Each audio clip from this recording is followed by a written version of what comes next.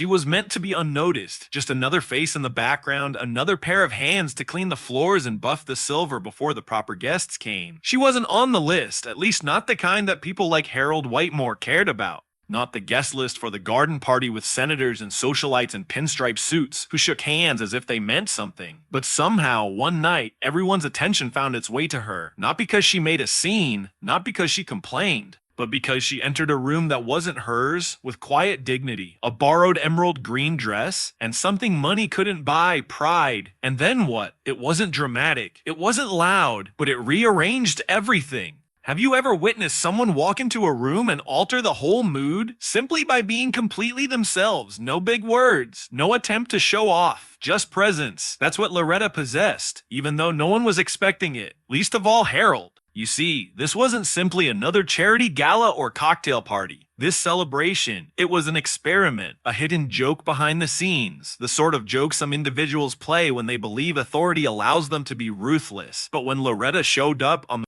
schedule, immaculately composed and oozing something money could not reach, it wasn't she who got exposed. It was them. Now, if you've lived long enough, you've probably seen it yourself. People sizing someone up without knowing a thing about them. Judging by clothes, by job title, by what car they drive, or don't. And maybe you've been on both sides of that too. Maybe you've been underestimated. Maybe you've even done the underestimating. It happens, but sometimes life gives you a moment so unexpected, so quietly humiliating that it lingers. Such a moment was that evening. And Harold, the millionaire host with his cufflinks and carefully cultivated image, he had no idea. Not the whisper in the crowd, not the shift in energy, not the manner intent.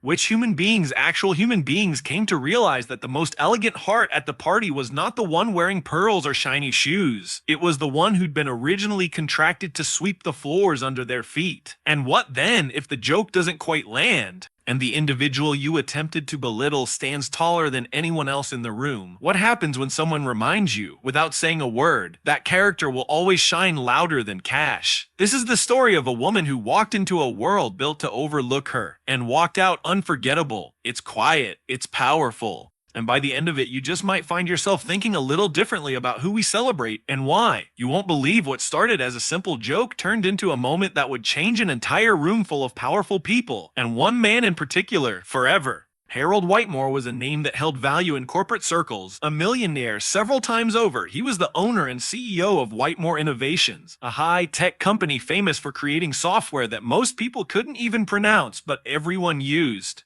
Outside, Harold had it made sharp suits, a state-of-the-art, glass-walled office in the center of town, a Manhattan townhouse, and a Lakeview mansion with marble floors that sparkled like mirrors. And every summer, without fail, Harold hosted the garden party. It wasn't a party, it was an event, fed by a 5-star chef, decorated by a crew flown in from LA, the wine, imported, the music, a live jazz band playing, Cole Porter and Miles Davis on silk, smooth fingers, politicians attended just to be seen, socialites to post pictures. And Harold. Well, Harold threw the party because, admit it, he enjoyed watching people try to impress him. So when the event for this year was approaching, Harold rounded up his regular planning team, his assistant Grace, his events coordinator, and 2 good friends of his from the firm, wrapping up yet another mind-numbing checklist: linens, flowers, valet, lighting. Harold sat back in his chair, hands clasped behind his head, and grinned crookedly. "You know what this party needs," he said, sweeping the room with a glint of mischief in his eye. "A surprise."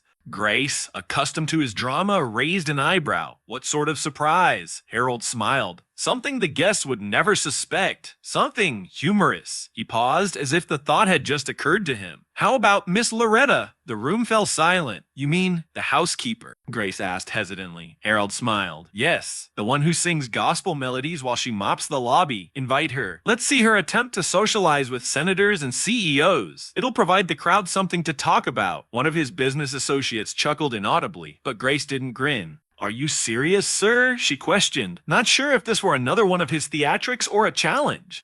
Harold waved a hand, already getting out his phone. "Just send the invite. It'll be no harm, no foul fun. If she shows, she shows. If she doesn't, no harm done." Harold never thought about it again. To him, it was simply a flash of boardroom tedium. A careless remark, a small jest to add some spice to his typical display of riches. Miss Loretta Simmons was no jest. Miss Loretta worked the early shift 5 days a week at the Whitemore Innovations headquarters. She punched the clock before dawn in rumpled sneakers, a tattered cardigan that had better days, and a name tag that slid sideways most of the time. Most of the employees didn't even see her. They were too engrossed in their coffee, their deadlines, their meetings. But if you asked the guard working the night shift, or the receptionist who came in early, or the junior coders who worked late, they'd all say the same. Loretta possessed something uncommon, a calm presence, a gentle smile, a voice that could illuminate even the most sterile corridor. She sang as she labored, soothing gospel hymns and vintage soul songs. She addressed all with a soft good morning baby in scrubs or a suit. And even though she never said a whole lot about herself, there was something in her eyes that told stories unheard, like she'd lived both halves of life and yet preserved her joy. So when Loretta got the invitation in the mail, a rich white envelope with gold script, her initial reaction was, "This is a mistake." The card within was austere and refined. "You are cordially invited to the annual Whitemore Garden Party," with the date, time, and address. Signed by Harold Whitemore himself. Loretta read it twice, and once again for luck, she held the card against her chest for a second, and then she smiled. Not because she found it amusing, but because she saw it plainly for what it was. She realized this was not an actual invitation. She was a skilled reader between the lines. For that matter, she wasn't new to the tricks of the world. She had witnessed smooth smiles conceal spiteful motives before. But something within her awakened. Not anger, not pride, but something quieter, something stronger. She folded the card neatly, tucked it into her Bible, and whispered, "Lord, if they want a show, let me give them one they'll never forget." Back at the mansion, the party was approaching fast. Harold barely remembered his joke. He was too busy reviewing wine selections, approving floral centerpieces, and finalizing seating charts. He walked the garden with his clipboard, making small changes, brushing off concerns. "Ensure the jazz trio has a shaded area. I don't want them to be sweating into their instrument. Move the shrimp closer to the pool. It photographs better." As the day approached, his staff functioned like clockwork. Ice sculptures were delivered. Servers practiced the cocktail menu. The hedges were sheared with military precision. There was no detail too small. And the guest list, it was populated with the usual names. Plus one no one saw coming. Miss Loretta Simmons, and Harold forgot all about his teeny tiny invitation. Loretta, she was still getting dressed. Party date dawned with the quiet that only precedes something unforgettable. The sky was blue, the garden immaculately trimmed, and the aroma of lavender wafted through the air like a hidden whisper. Staff moved in and out of black uniforms, laying tables with delicate china and crystal glasses. The soft, steady melody of the jazz trio filled the air under a white canopy. Guests started arriving in gleaming black cars, emerging in suitcases and glittering gowns, greeted by waiters holding flutes of champagne and trays of shrimp cocktail. Harold Whitemore stood by the buffet table, a cold glass of bubbly water in his hand. His suit was immaculate, tie nimbly knotted, and hairstyled precisely as he preferred. He'd already circulated. Shakes with councilmen, good-natured chuckles with business associates, and a brave smile for the local news anchor who inquired after his new merger. All was going smoothly, just the way Harold preferred it, until something changed. It wasn't boisterous. It wasn't sudden, but it was noticeable. The music suave and consistent stuttered, not because the band lost a note, but because the audience lost a beat. It began with one gasp, then another. Heads turned. Conversation stalled. Glasses hung suspended in mid-air. A woman had entered the garden, but she didn't enter like a visitor. She didn't stumble or hesitate like an uncertain woman. No, she floated. Miss Loretta Simmons, the maid, had come, but not as anyone recalled her. She came in a floor-length green dress that sparkled like a quiet lake on a sunny morning. The material clung to her with refinement, not God. Her shoulders were covered with a drapey shawl that flowed loosely about her movements. On her hands, silk gloves, the color of ivory. Hair shoes, simple yet polished, clicked against the stone path with every step. And her hair, her hair, was styled in a way that made people stop breathing for a second. Swept back in soft waves, adorned with a single pearl pin. She carried herself with a confidence that wasn't loud, but it spoke louder than anything else that day. Harold spun just in time to watch her step through the garden archway. His glass wobbled a little in his palm. He tightened his grip on it. That couldn't be her. But it was Miss Loretta. The same woman who crooned hymns while she mopped office floors. The same woman whose sneakers squeaked as she walked across tile, whose lunch bag always bore her name scribbled in marker. And now, she looked like a princess. Harold's mouth fell open, but no sound escaped. He wasn't alone. A silence rolled over the garden like a wave. Eyes tracked Loretta as she walked through the throng. Conversations became whispers. Who is she? Was she invited? She's some big shot, isn't she? She didn't hurry. She didn't shrink. She smiled, radiantly, gentle, as if she knew this was not her place, but that didn't matter, because she wasn't there to blend in. She was there to get noticed. Grace, Harold's secretary, was statuesque by the welcome table, mouth agape. She knew Loretta right away, but even she blinked twice. It was like knowing someone all over again, as if a curtain had been swept aside to expose something radiant. Loretta walked into the heart of the garden, where the players stopped their music. A waiter presented her with a beverage. She had one sip, smiling in acknowledgement. She said hello to an older lady next to the roses with a warm, "Good evening, ma'am." She smiled at a cluster of young working professionals and asked them how they liked the weather. She never once said who she was. Not once did she attempt to explain how she was there. She didn't have to. She was there for herself, and her reason spoke for itself. And then, like a scene from a film, Harold approached her. He had no idea why. Perhaps curiosity, perhaps nerves, perhaps something he didn't even know about himself yet. But his legs propelled themselves before his head had a chance to. When he arrived, she turned to him and smiled as though waiting for him. "Miss Loretta," he spoke, his voice cracking slightly. "Mr. Whitemore," she answered coolly, with a nod. "Thank you for the invitation." No sarcasm, no bite. Just a respectful tone that left him feeling inferior. Harold cleared his throat. "I didn't. I wasn't certain you'd, show up," she suggested kindly. He nodded, barely daring. She met his eyes. "Well, figured since you went to all the trouble of inviting me, the least I could do would be come." He glanced around. Eyes were still on them, people gazing, whispering.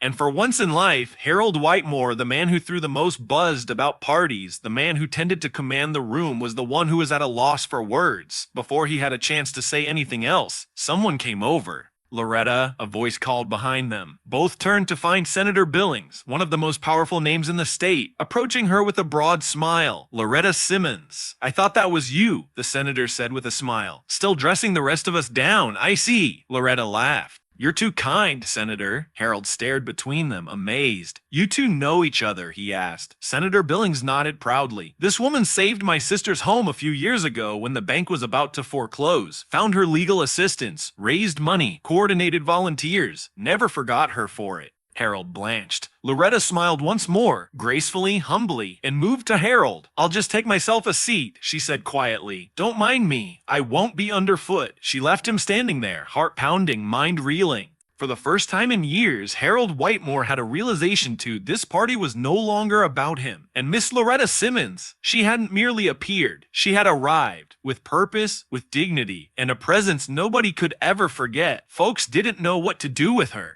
Initially, there was confusion, followed by disbelief, and then curiosity. Guests whispered over champagne glasses, darting fleeting glances, as if attempting to crack a live mystery. "Is that her?" One woman whispered to her husband. "I believe that's the cleaning lady."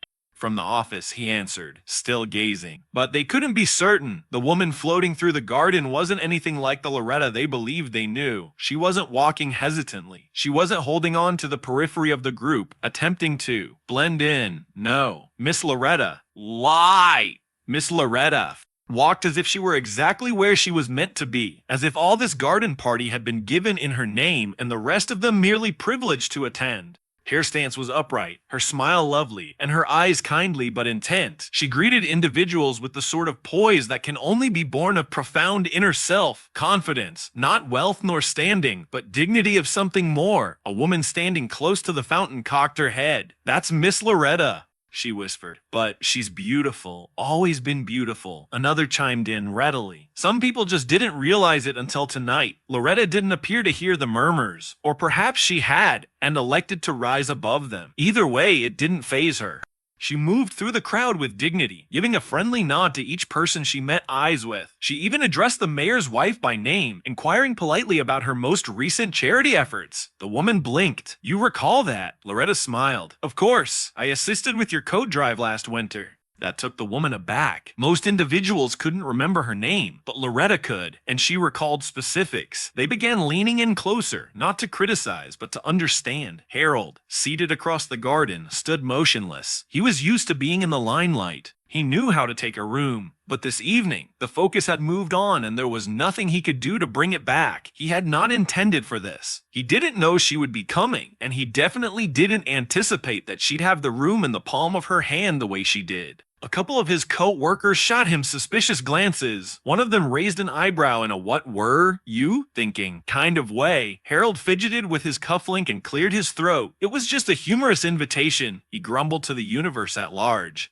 Didn't think she'd actually come, but deep inside, even he knew that Alibi was wearing paper thin. Then, just when he was thinking of turning away, the surprise. Senator Joseph Billings emerged from a conversation toward the middle of the garden.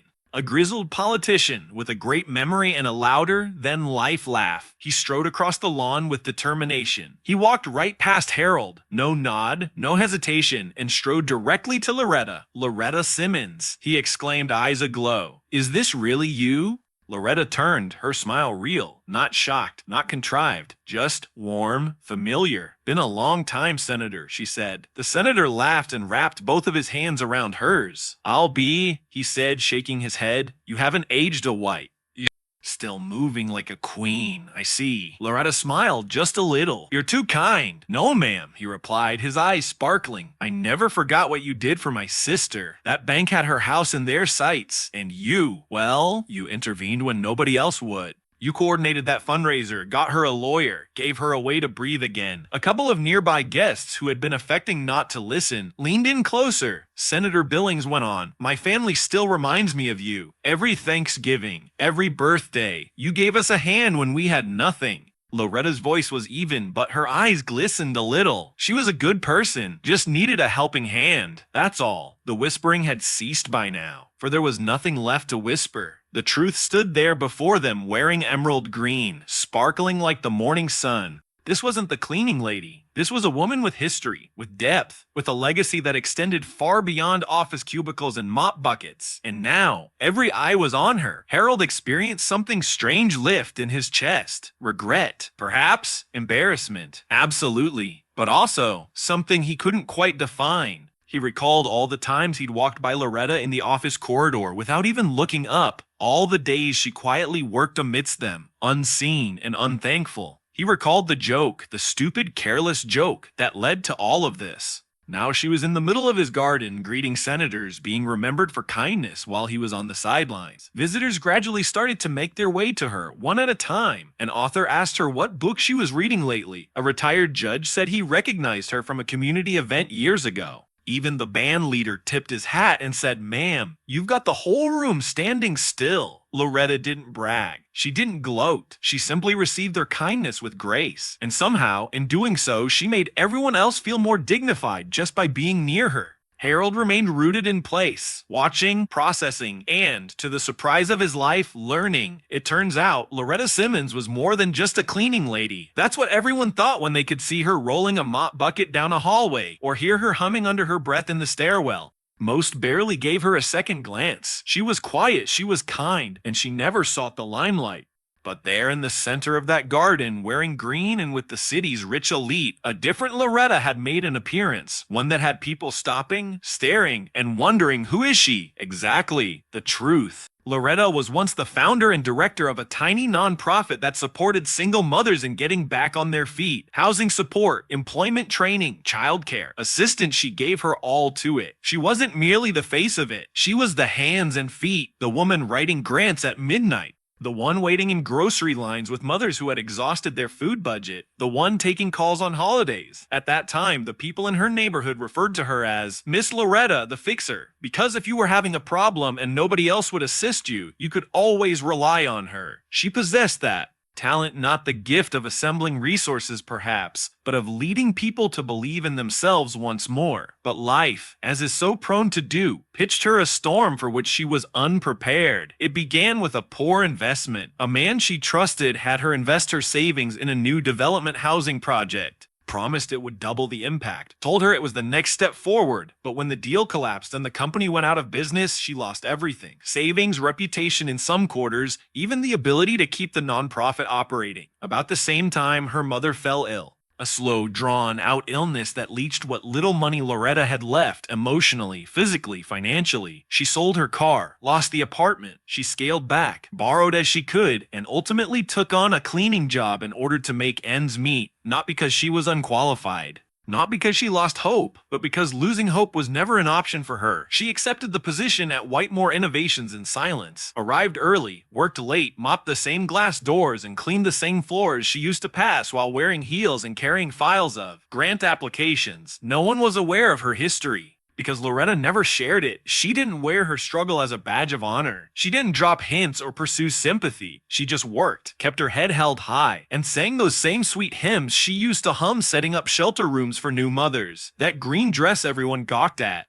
Borrowed from a friend she had assisted in getting into her first apartment several years back. Loretta had paid her rent when she was 2 months in arrears all those years ago. That same lady now ran a little boutique in downtown, and when Loretta informed her that she had a high-end event to attend, her friend replied, "Pick anything off the rack. It's your turn to shine." The pearl hairpin, a present from her church choir, the gloves from a box in her deceased mother's closet. But the poise, that was hers, always had been. She didn't march through that party seeking validation. She didn't seek applause. She arrived as she was, a woman who had lost so much, yet never lost herself. And bit by bit, guests began to notice that. A woman leaned over to another beside the gazebo and said, "She's got more class than half the people here." Another replied, "You can't fake that kind of grace." Even Harold, who had invited her as a joke, couldn't help but say she held herself with more poise than any CEO he'd ever encountered, including himself. He stood among the high rose bushes, observing as Loretta flowed through the crowd like a smooth wave. Heads bent when she talked. Smiles grew wider when she laughed. She made room feel less hard. And then, as if she realized he was staring, Loretta turned and walked toward him. He smoothed his jacket, not knowing what to say. For the first time in a long time, Harold Whitemore, the man accustomed to dominating every room he entered, was the one feeling small. Loretta stood just in front of him. She didn't glare. She didn't confront. She smiled. "Thank you for the invite," she said softly.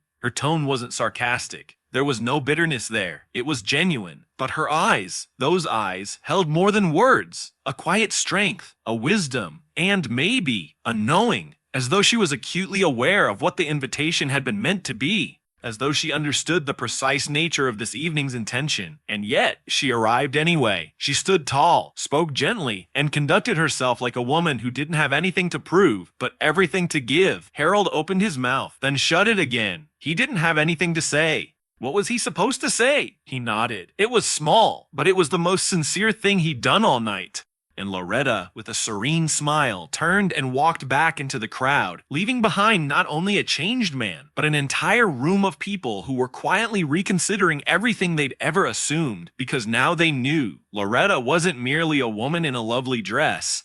She was the sort of woman that folks remembered long after the music faded, once the final guest departed, once the band had packed away their instruments, once the garden lights went dark and the laughter was but a fading recollection. Harold Whitemore sat by himself in his study. The fire was burning, even though it was a balmy night. A half-empty glass of wine sat untouched on the desk next to him. The party had proceeded just as planned. On paper, nobody had spilled anything on the vintage rug. The salmon had been cooked to perfection. The guest list was full, and the photographs would be gorgeous in the lifestyle magazine next month. But Harold couldn't get her out of his mind. Loretta Simmons, the woman he had invited jokingly. The woman who entered with the elegance of a queen and departed the crowd gasping for air. He gazed into the fire, replaying the night in his head. Not the dinner, not the toasts, not the flattery. Just Loretta. The manner in which she navigated the garden. The way individuals leaned in when she spoke. The manner in which she thanked him, not acridly, but sincerely, bearing an unspoken strength in her eyes that unsettled something deep within him. It wasn't about flash. It wasn't about show. It wasn't about status or networking. It had become something true, something Harold hadn't experienced in a long, long time. He looked at the guest list still on his desk. He perused all the names, senators, CEOs, socialites, and considered something. Not a single one of them altered the ambiance of that garden the same way Loretta had, and she hadn't even made an effort. The following morning, just after 9 a.m., Harold did something he'd never done previously. He called the janitorial division. "May I speak with Miss Loretta Simmons, please?" There was a pause on the other end. Sir, is this Mr. Whitemore?" "Yes, I'd like to speak with her directly." Another pause. A few minutes later, Loretta answered, her voice as calm and measured as ever. "Good morning, Mr. Whitemore." "Miss Loretta," he said, clearing his throat, "I just wanted to thank you for coming last night." "You're welcome," she said softly. There was silence, an awkward one. He didn't know how to say what he needed to say, but he eventually managed to get there. "I need to apologize to you." "You don't," she said softly. "I do," he said more forcefully. "I asked you over as a joke, and you did something I didn't expect. You didn't just come in, you transformed the entire room." There was a pause on her part this time. "Why are you actually phoning, Mr. Whitemore?" she asked, not unkindly. He smiled, one of those little quiet smiles a man uses when he's learning to be humble. "I'm phoning because I'd like to ask you to address at our leadership conference next month. We're inviting community leaders, college students, nonprofit entrepreneurs, and young executives. Typically, we invite the A-list speakers with impressive resumes, but this year, I want them to hear from you." "Me?" she asked, actually surprised. "Yes," he said. "Because last night you showed me more about grace, courage, and class than all my books and keynote speakers could ever teach me. You didn't raise your voice. You didn't shame anyone. You just stood in your truth. And that's the kind of strength people need to see." Loretta was silent, and for a moment Harold wondered if she'd reject him. But then she asked, "Would I be speaking as the cleaning lady or as the woman I've always been?" Harold's voice gentled. "As the woman you've always been," she hesitated. "Then I'll consider it. Thank you for the invitation." "Take all the time you need," he said, and meant it. The summit arrived 3 weeks afterward. Loretta appeared, not in a borrowed gown this time, but in a plain navy business suit of her own. She went on stage with no jitters, with no hoopla, and told her tale not as a victim, but as a builder, a giver, and a woman who would not be labeled by what the world perceived on the surface. She talked about loss and resilience, purpose and humility, about how dignity isn't something you wear, it's something you carry. When she was finished, the room stood to applaud her, not out of politeness, but out of respect. One speech alone was the summit's most watched video, NDPS.